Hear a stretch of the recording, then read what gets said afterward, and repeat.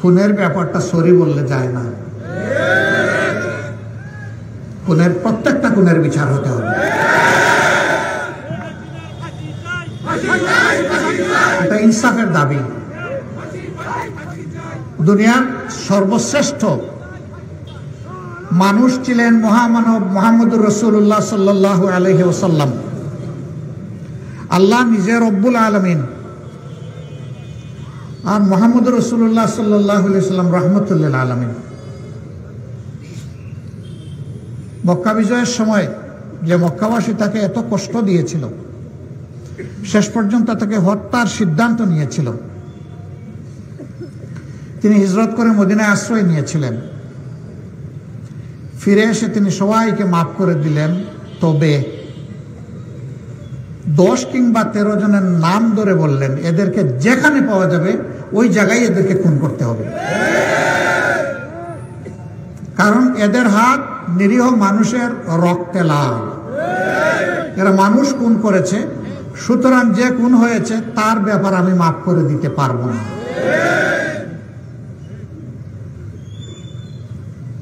তিনি সারা সৃষ্টির জন্য রহমত, সেই মুহাম্মদুর রাসূলুল্লাহ সাল্লাল্লাহু আলাইহি ওয়াসাল্লাম খুন মাফ করে দেননি, আমরা মাফ করে দেওয়ার কে? আমি মহান রবের শুকরিয়া আদায় করছি। আজকে জাতির এক গর্বিত সেনাপতির নামে তৈরি হওয়া এই চত্বরে আল্লাহ তাআলা মুক্ত পরিবেশে আপনাদের সামনে আমাকে হাজির হওয়ার তৌফিক দান করেছেন, আলহামদুলিল্লাহ।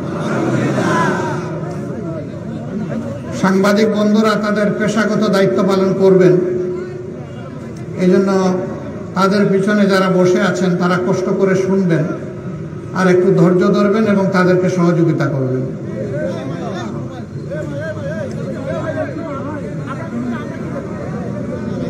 বাংলাদেশের 18 কোটি মানুষ, বিশ্বের 850 কোটি মানুষ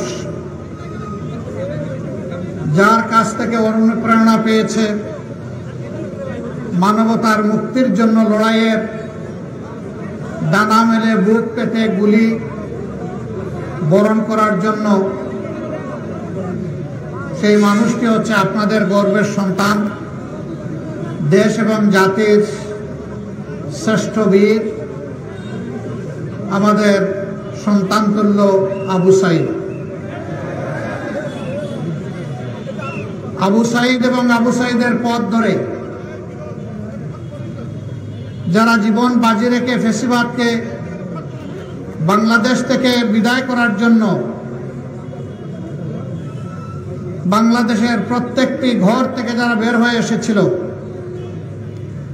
তারা সেদিন শহীদ হওয়ার নিয়ত করে এই ঘর থেকে বের হয়ে এসেছিল। হে শহীদেরা, হে বীরেরা, তোমরা বাংলার আসমানের তারা, তোমাদের মর্যাদা আমাদের কাছে আসমানের এক একটা জ্বলে ওঠা তারার মতো। আমরা সারা জিন্দেগি চেষ্টা করলেও তোমাদের কোনো ঋণ পরিশোধ করা আমাদের পক্ষে সম্ভব নয়। আমরা আজীবন তোমাদের কাছে কৃতজ্ঞ থাকতে চাই। ফ্যাসিবাদ বিরোধী আন্দোলনে যে কয়টি বাঁক ছিল,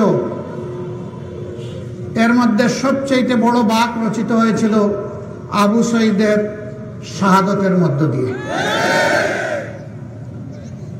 একমাত্র বীর আমার জানা মতো দুনিয়ায় তার জাতিকে ফ্যাসিবাদের হাত থেকে মুক্ত করার জন্য ডানা মেলে দিয়েছিল, চিৎকার করে বলেছিল, বুকের ভিতরে তুমুল ঝড়, বুক পেতেছি গুলি কর।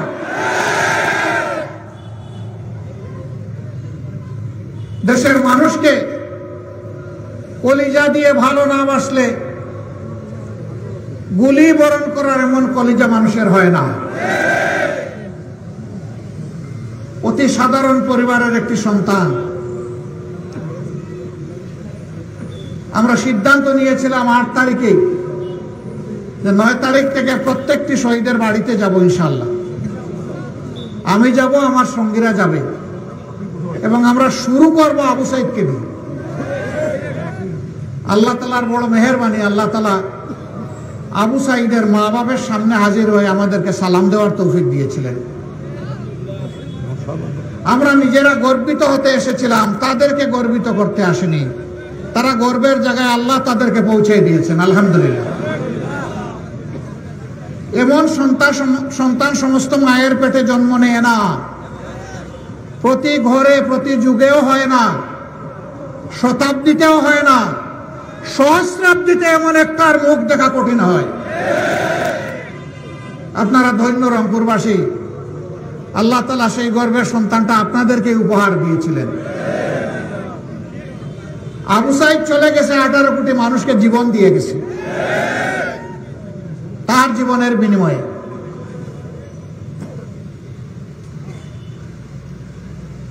উত্তরার রাস্তায় 7-8 বছরের একটা ছেলে 3 তারিখ, আগস্টের 3 তারিখ পুলিশের দিকে হাতে একটা ইটের টুকরা নিয়ে তেড়ে যাচ্ছে। যুবকরা তাকে জিজ্ঞেস করছে, এই ছেলে তুমি কি করছো? সে বলে, আমি কি করছি মানে? কই মুহুর্মুহু গুলি হচ্ছে, তুমি এই ছোট বাচ্চা এখানে আসছো কেন? কই যে আমি আন্দোলন করতে আসছি। কেন তুমি আন্দোলন করবে? কই যে ওরা আমার ভাইকে খুন করেছে। কে তোমার ভাইকে? বলে যে আবু সাইদ আমার ভাই। তোমার বাড়ি কি রংপুর? কয় না, আমার বাড়ি ঢাকা। তাহলে আবু সাইদ তোমার ভাই হয় কিভাবে? বলে যে জাতির জন্য লড়াই করে জীবন দিয়েছে, সে আমার ভাই হবে না তো অন্য কেউ হবে? যুবকরা বলতেছে, বাবা তুমি সার্থক, তুমি চলে যাও, আন্দোলন আমরা করব। হাতে ঝাড়ি দিয়ে বলতেছে, ছাড়েন মিয়া, আপনার আন্দোলন আপনি করেন, আমার আন্দোলন আমাকে করতে দিন। এই স্পিরিট সে পেয়েছে আবু সাইদের রক্ত থেকে। আমি আবারও বলি, হে আবু সাইদ, তোমার ঋণ এই জাতির পক্ষে পরিশোধ করা সম্ভব নয়।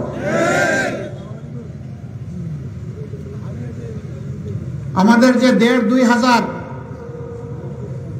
সন্তানকে হত্যা করা হয়েছে, আমরা তাদের সকলের কাছে ঋণী।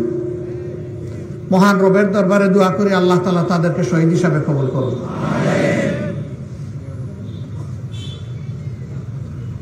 অনেক শহীদের পরিবার জানেও না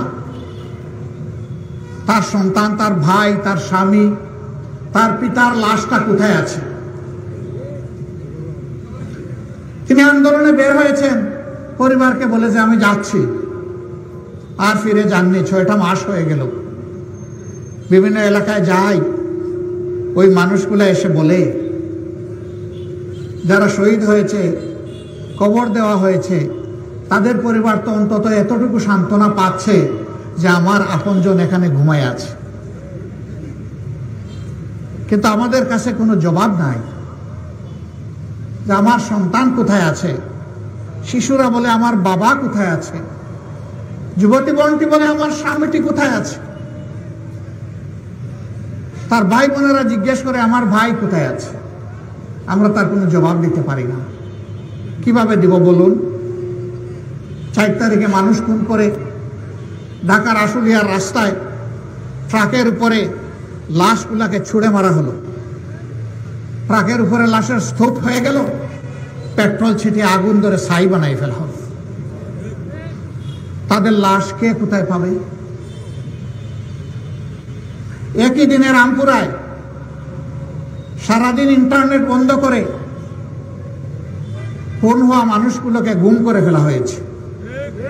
তাদের লাশ আমরা কোথায় পাবো? হে রব্বুল আলামিন, হে আল্লাহ, তুমি এদের পরিবারকে সান্ত্বনা দাও মাবুদ। সান্ত্বনা দেওয়ার কোনো ভাষা আমাদের কাছে নেই।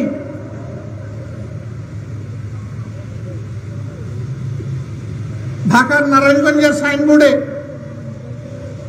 একজন যুবতী বোন তার কুলের বাচ্চা কুলে নিয়ে ওই দিনকার অবস্থা পর্যবেক্ষণ করছিলেন। আকাশের হেলিকপ্টার থেকে ছোড়া গুলি এসে তার বুক এফুড় উফুড় করে দেয়, 2 মাসের বাচ্চাটি তার বুক থেকে ধপাস করে পড়ে যায়। আমরা গিয়েছিলাম ওদের বাসায়, বাচ্চাটাকে তুলে নিলাম। বাবা একজন গার্মেন্টস শ্রমিক, উনি জিজ্ঞেস করছেন, আমার এই বাচ্চাটা তো 2 মাসের মাসুম বাচ্চা, তার মুখে এখনো জবান ফুটেনি, কথা ফুটেনি, এর মুখে যেদিন কথা ফুটবে সেদিন সে কাকে মা বলে ডাকবে?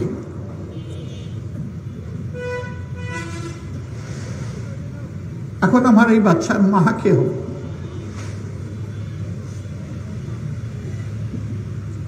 আমরা ওদেরকে বলেছিলাম, এই দেশে যদি 9 কোটি নারী থাকে তাইলে 9 কোটি নারী এখন এই বাচ্চার মা। আমরা মহান রবের উপর ভরসা করে বলেছিলাম, এই বাচ্চাটা আমরা উপহার চাই, তবে আমরা নিয়ে যাব না, আপনাদের কুলে থাকবে। এখন থেকে এই বাচ্চা বেড়ে উঠে বড় হওয়া পর্যন্ত, মানুষ হওয়া পর্যন্ত আমরা আল্লাহর উপর ভরসা করে এই বাচ্চাটার দায়িত্ব নিতে চাই। যদি আপনারা দয়া করে এই সুযোগটা আমাদেরকে দান করেন। তারা সাথে সাথে আলহামদুলিল্লাহ বলেছিলেন। আমরা সেই দিন থেকে এই বাচ্চার পাশে আছি। বহু শিল্পপতি তাদেরকে শ্রদ্ধা জানাতে গিয়ে বলেছেন, এই বাচ্চাটা আমাকে দেন, আমার একটা বাচ্চা নাই। আমাকেও এক শিল্পপতি অনুরোধ করেছিলেন। আমি বলছি, আমি আপনাদের অ্যাম্বাসেডর হয়ে কথা বলতে পারি, কিন্তু আমি আমার নিজের পক্ষ থেকে তাদেরকে চাপ দিতে পারবো না, তারা যেটা ভালো মনে করে। আমি তাদেরকে বলেছিলাম, তারা বলেছে আমরা একবারই আলহামদুলিল্লাহ পড়েছি, আমাদের আর কিছুর দরকার নেই। আপনাদের পাশে রাজশাহী, সেখানে মিনারুল বলে একটা ছেলে, সে নারায়ণগঞ্জে গার্মেন্টস শ্রমিক ছিল, কিন্তু আন্দোলনের সময় বাড়িতে ছিল। 3 তারিখ সে মানুষকে পানি পান করিয়েছে। 60 তারিখ আর পানির কলসি নিয়ে যায়নি,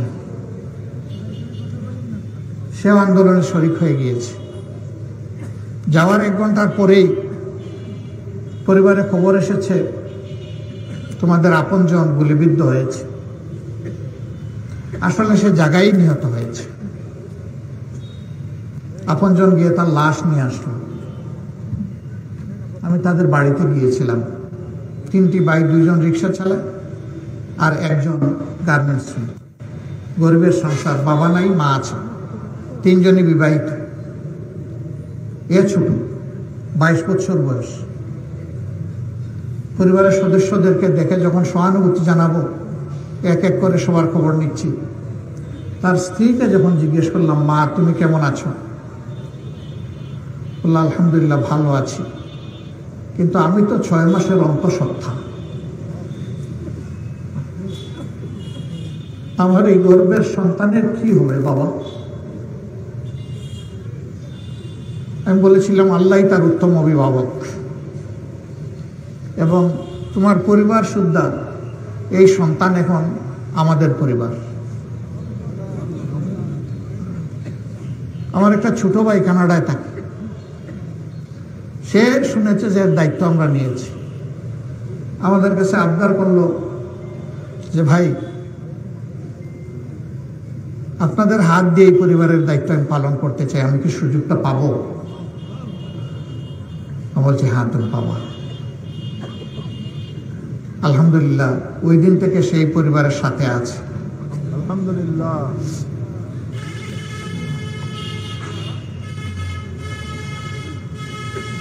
আমি এই কয়েকদিন আগে রাজশাহী এসেছিলাম। চিন্তা করলাম, যে মেয়েটাকে আমার মেয়ে ডাকলাম, মা বললাম, আলহামদুলিল্লাহ তার কুলে সন্তানটা এখন দুনিয়ায় এসেছে। আমি যেহেতু মা ডেকেছি, কাজে আমার তো তাকে দেখতে যেতে হবে। সে এখন শ্বশুর বাড়ি থেকে গ্রামের বাড়ি, বাপের বাড়ি চলে গেছে। আমার সঙ্গীরা বলছিলেন যাতায়াতের সময়ে আমরা ম্যানেজ করতে পারবো কিনা। আমি বলছি, মেহরবানি করে অন্য প্রোগ্রাম কার্টেল করেন, এই সুযোগটা আমাকে দেন। বাচ্চাকে খুলে নিয়ে কেঁদেছি আবার চুমো দিয়েছে। কারণ এই বাচ্চা তো এখন আর বাপ ডাকার কাউকে পাবে না। এরকম একটা দুইটা নয়, হাজার কেস বাংলাদেশের সর্বত্র এই ঘটনা ঘটেছে। যারা এই কাজ করেছেন আল্লাহ তাদেরকে মানবিক অনুভূতি দান করুন, তারা যেন সত্যি অনুতপ্ত হয়, লজ্জিত হয়। তবে খুনের ব্যাপারটা সরি বললে যায় না, প্রত্যেকটা খুনের বিচার হতে হবে। এটা ইনসাফের দাবি। দুনিয়ার সর্বশ্রেষ্ঠ মানুষ ছিলেন মহামানব মুহাম্মদুর রাসূলুল্লাহ সাল্লাল্লাহু আলাইহি ওয়াসাল্লাম। আল্লাহ নিজে রব্বুল আলামিন, আর মুহাম্মদুর রাসূলুল্লাহ সাল্লাল্লাহু আলাইহি ওয়াসাল্লাম রাহমাতুল লিল আলামিন।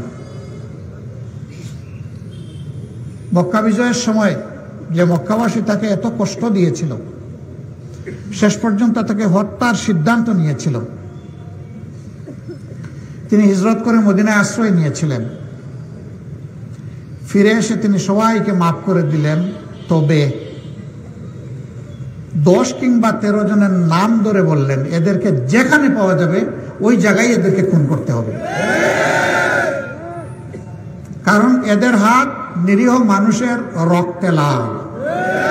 এরা মানুষ খুন করেছে, সুতরাং যে খুন হয়েছে তার ব্যাপার আমি মাফ করে দিতে পারবো না।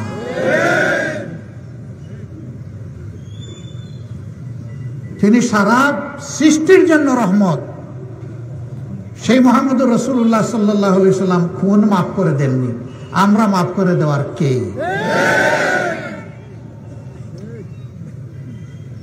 এটি হচ্ছে ইনসাফের দাবি। আর এই আবু সাইদরা রাস্তায় নেমে স্লোগান দিয়েছিল, উই ওয়ান্ট জাস্টিস।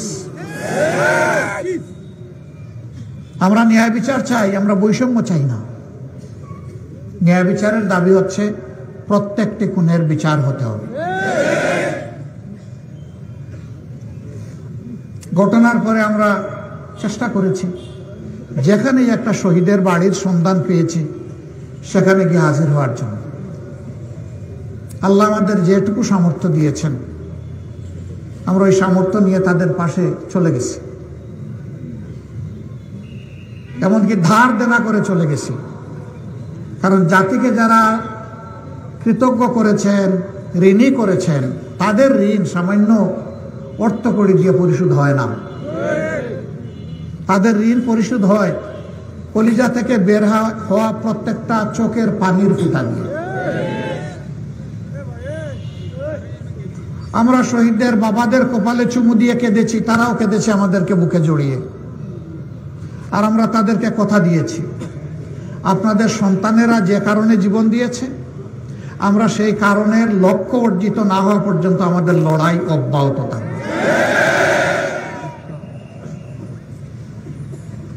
তারা কি চেয়েছিল? তারা চেয়েছিল একটা পরিচ্ছন্ন সমাজ, যেখানে চুরি চামারি অপরাধ থাকবে না, চাঁদাবাজি, লুণ্ঠন, ধর্ষণ, খুন চলবে না, নতুন নতুন আয়নাগর আর তৈরি হবে না, বরঞ্চ এটা হবে মানবিক বাংলাদেশ, মানুষের বাংলাদেশ, সাম্যের বাংলাদেশ, বৈষম্যহীন বাংলাদেশ। এমন একটা বাংলাদেশ গড়ার জন্য আমরা কমিটেড। আমাদের 34,000 ভাই বোন এবং সন্তান তারা পঙ্গু হয়ে গিয়েছেন। আমাদের হিসাব অনুযায়ী 502 জন তারা 2 নয়ন গুলিবিদ্ধ হয়ে অন্ধ হয়ে গেছেন। আর দুনিয়ার সৌন্দর্য আর তারা দেখবে না। 700-র অধিক মানুষ এক চোখে গুলিবিদ্ধ হয়ে এক চোখ নষ্ট, আরেক চোখ রিস্কে পড়ে গেছে। 250-র মতো মানুষ যাদের মেরুদণ্ডে গুলি লেগেছে তারা এখন অবশ হয়ে হয় নিজের ঘরে, না হয় হাসপাতালের বেডে। কারো 2 পা অবশ, কারো 4 অঙ্গ অবশ। এরা এখন উঠে বসতে পারেন না। খাওয়া, পেশাব, পায়খানা, গোসল সব কিছু, নামাজ, এভরিথিং এখন তাদের বিছনায়। আজীবনের জন্যে তারা অসহায় হয়ে গেল। অথচ তাদেরও তো আমাদের মতো প্রাণচঞ্চল জীবন ছিল। তারা তো আল্লাহ ছাড়া কারো উপর নির্ভরশীল ছিল না। আজকে তারা মানুষের উপর নির্ভরশীল হয়ে গেল। হাসপাতালে দেখতে গেলাম 8 তারিখ ঢাকা মেডিকেল কলেজে। এক পা নাই, এক হাত নাই, চোখ নাই, পায়ে এলিজারব লাগানো। বিছনার পাশে বসে জিজ্ঞেস করলাম, কেমন আছো তুমি? বলে যে আলহামদুলিল্লাহ ভালো আছি। সাবলীল গলায় বলে আলহামদুলিল্লাহ ভালো আছি। আমি অবাক। বলে তোমার পা নাই, হাত নাই, চোখ নাই, মুখ বিকৃত হয়ে গেছে গুলি পড়ে, তুমি ভালো আছো বলতেছো? অবশ্যই ভালো আছি। বললাম কিসের বলে তুমি এই শক্তি পাও? যে জন্য রাস্তায় নেমেছিল আমাদের লক্ষ্য অর্জিত হয়েছে। কি জন্য রাস্তায় নেমেছিলে? যে দেশ স্বাধীন করার জন্য রাস্তায় নেমেছিলাম। কেন এটা স্বাধীন ছিল না? জিজ্ঞেস করে, স্বাধীন দেশ হলে আয়নাগর হয় কিভাবে? দেশ যদি স্বাধীন হবে তাহলে সারা বাংলাদেশে ছোপ ছোপ রক্ত আর খাড়ি খাড়ি লাশ কেন আমাদেরকে দেখতে হবে?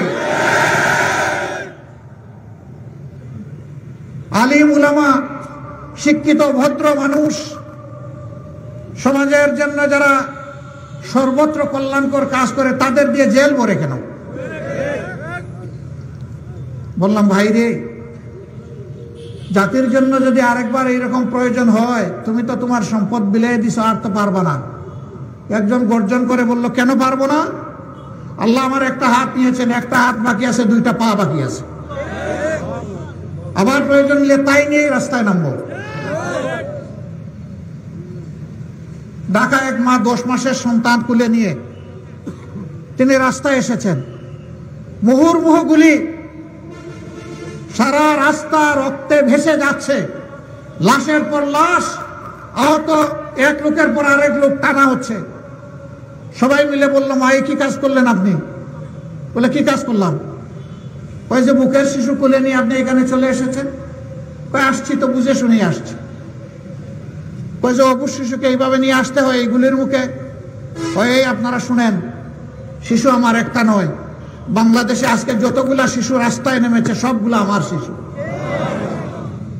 আমি ওই শিশুদের সাথে সংহতি প্রকাশ করতে এসেছি। ওই গুলি এসে যদি আপনাকে শেষ করে দেয়, ওই যে সন্তান কুলে নিয়ে আমিও শহীদ হয়ে যাব। আলহামদুলিল্লাহ, আল্লাহ তাআলা এই সন্তানও আমাদেরকে দিয়েছেন, এই মা আমাদেরকে দিয়েছেন। 90 বছরের বৃদ্ধরা সমান তালে যুবকদের সাথে যুদ্ধ করেছেন, তাদেরকেও আমাদেরকে দিয়েছেন।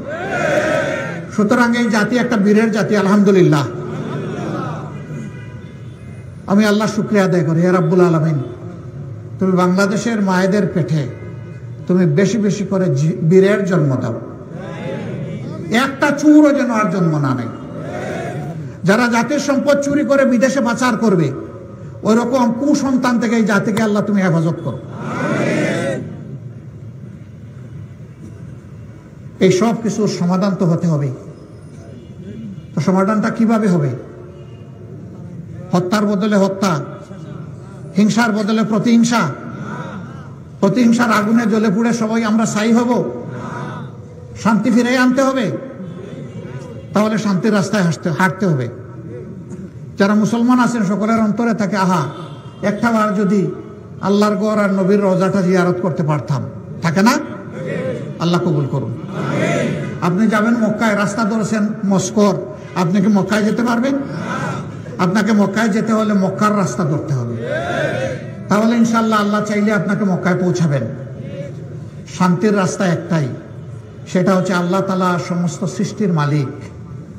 সেই আল্লাহর পক্ষ থেকে যে বিধান এসেছে, এইটাই শান্তির বিধান। এর বাইরে কোন শান্তি নাই রে ভাই। আমাদের চোখের সামনেই তো দেখা, সামান্য বয়স আল্লাহ মেহেরবানি করে দান করেছেন, দেখে দেখেই তো আসছি। সবগুলাই তো সামনে আমাদের ভাসমান, পরিষ্কার, সারফেসে ভিজিবল, সব আমরা দেখছি। এখন আমাদেরকে আল্লাহর দিকেই ফিরতে হবে সবাইকে, আল্লাহর কোরআনের দিকে ফিরতে হবে। আল্লাহর কোরআন কি মানুষের ক্ষতি করতে আসছে? মানুষকে মুক্তি দিতে আসছে, সম্মান দিতে আসছে, মর্যাদা দিতে আসছে। সেই কোরআনের পথে যে জাতি হাঁটবে তারা ভাগ্যবান হবে। এই পথ ছেড়ে যে জাতি হাঁটবে তারা সৌভাগ্যের অধিকারী হতে পারবেন না। তাদের অবস্থা হবে কড়াইয়ের উপরে জীবন্ত মাছ ছেড়ে দেওয়া হয়েছে ভাজার জন্যে, এই নিরীহ মাছটি জীবন বাঁচানোর জন্য লাফ দিয়েছে, লাফ দিয়ে চুলায় পড়ে গেছে। আমাদের সমাজের অবস্থাও তাই।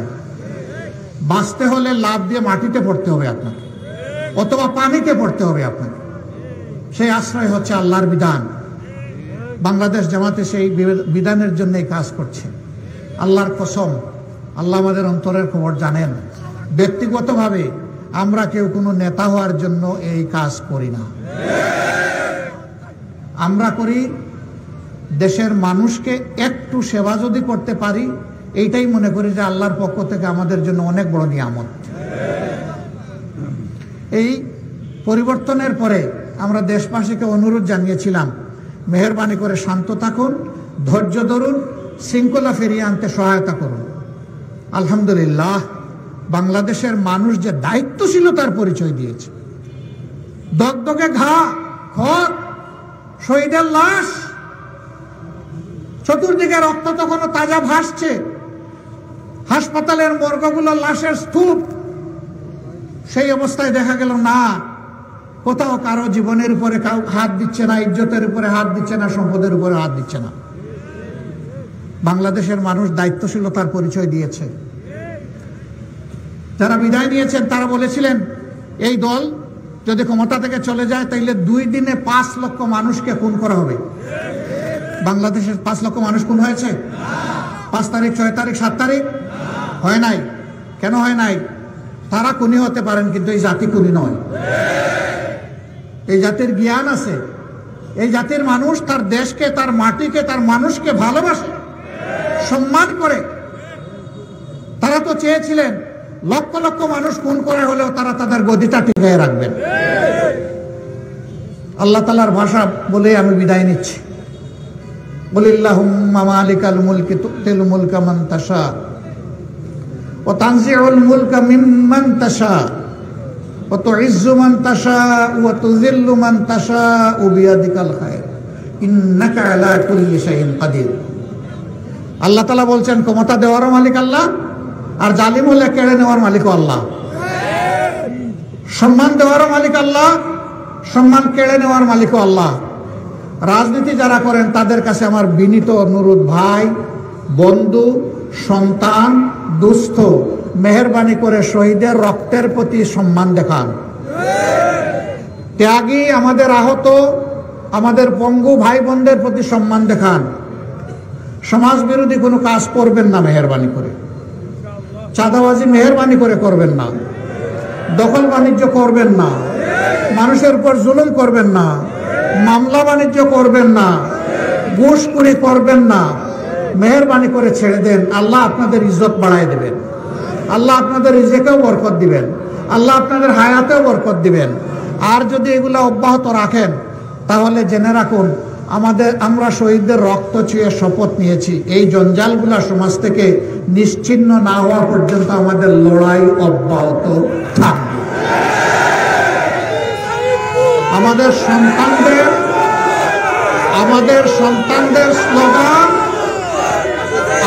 সন্তানদের স্লোগানই হচ্ছে আমাদের স্লোগান। আমাদের সন্তানদের স্লোগানই হচ্ছে আমাদের স্লোগান। আবু সাইদ মুগ্ধ, শেষ হয়নি যুদ্ধ। আমাদের এই যুদ্ধ সমাজ পরিচ্ছন্ন না হওয়া পর্যন্ত অব্যাহত থাকবে ইনশাআল্লাহ। তাই আসুন, একটি মানবিক বাংলাদেশ গড়ার জন্য আবার আমরা আল্লাহ তাআলাকে সাক্ষী রেখে শপথ নেই যে হে রাব্বুল আলামিন, আমরা একটা মানবিক বাংলাদেশ গড়ব ইনশাআল্লাহ। আপনারা সবাই রাজি আছেন? এই কাজে জামাতে ইসলামীকে যদি দেখেন জামাত পথে আছে, সঠিক পথে আছে, মেহেরবানি করে আপনারা আমাদেরকে একটু ভালোবাসবেন, একটু দোয়া দিবেন, পরামর্শ দিবেন, অন্যায় করলে সমালোচনা করবেন এবং যথাযথ ক্ষেত্রে পরস্পরকে সহযোগিতা করবেন। আমরা এই জাতিকে ঐক্যবদ্ধ দেখতে চাই, আর টুকরা টুকরা জাতি দেখতে চাই না। সারা জাতি ঐক্যবদ্ধ হয়ে ইনশাআল্লাহ আগামীর সকল চ্যালেঞ্জ এবং ষড়যন্ত্র মহান আল্লাহর উপর ভরসা করে আমরা মোকাবেলা করব। এখানে ছাত্র যুব সমাজ তোমরা যারা আছো, তোমরা আমাকে মেহরবানি করে বুড়া মনে করবে না, আমিও কিন্তু যুবক।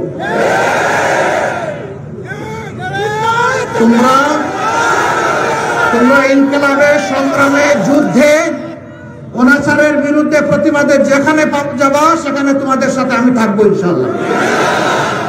ইনকিলাব জিন্দাবাদ, বাংলাদেশ জিন্দাবাদ, বাংলাদেশ জামাত ইসলামী জিন্দাবাদ। আসসালামু আলাইকুম ওয়া রাহমাতুল্লাহ।